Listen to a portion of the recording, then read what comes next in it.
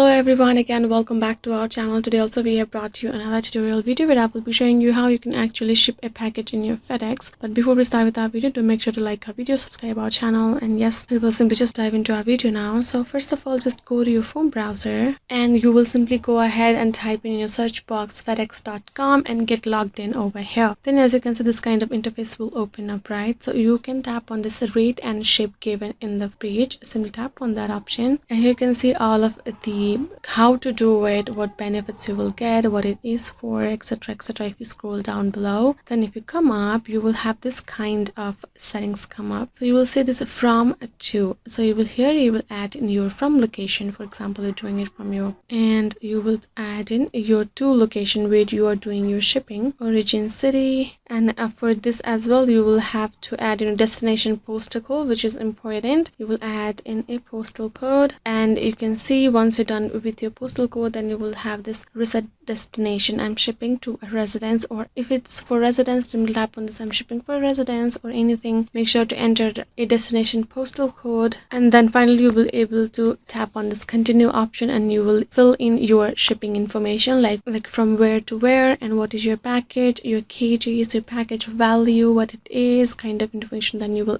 add up over there, enter your information, and you will simply be able to ship from your FedEx. So yes guys, this is how you can simply do it. Simply just going to fedex.com and entering your shipping details. And I hope this video was helpful to you guys. If you have more concerns, do leave them in the comments below. And yeah, thank you so much for watching. I will see you guys next time.